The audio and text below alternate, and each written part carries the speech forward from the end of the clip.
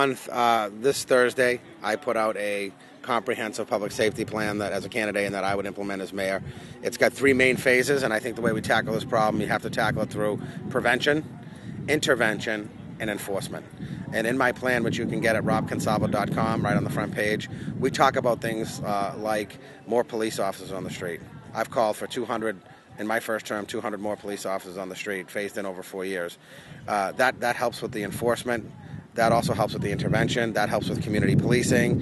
It helps us fully staff our community service offices, which play such a great role. We want police officers on bikes, on foot, and in patrol cars, keeping our neighborhood safe.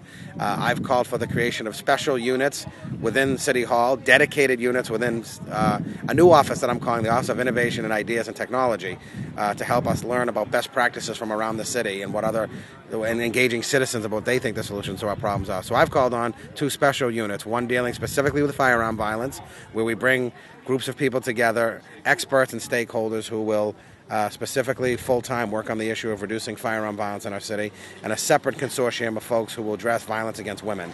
I've called for two new groups to be created within city government to specifically work full-time on firearm violence and violence against women.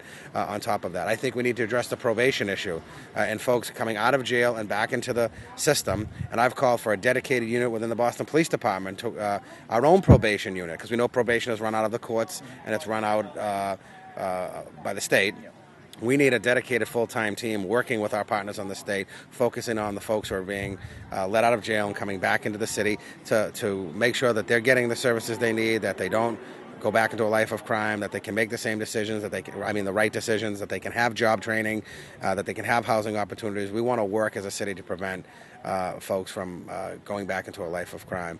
And the technology piece, I've called for not only the expansion of the shot spot on emergency vehicle preemption, but things like dashboard-mounted cameras in police cars. We're the only major city not to do that, which records a crime scene and a traffic stop on the dashboard of a camera, either helping us understand what's happening at that crime scene, helping us understand if a police does something wrong at a traffic stop or crime scene, or when they've done something right and they've been accused falsely.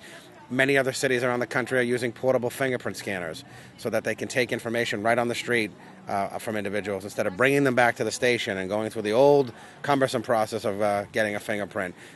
Portable fingerprint scanners are in use in other cities around the country. It keeps officers on the street, lets them do their job faster and more efficient. So it's a whole, there's many more we can talk about. I've given you some of the things that I've talked about in crime. In my comprehensive plan I unveiled, I'm calling for a 15% increase in summer jobs and year-round jobs for youth, so that we can engage. Boston's doing its part. Our state and federal partners aren't. We fully fund our summer jobs. They do not.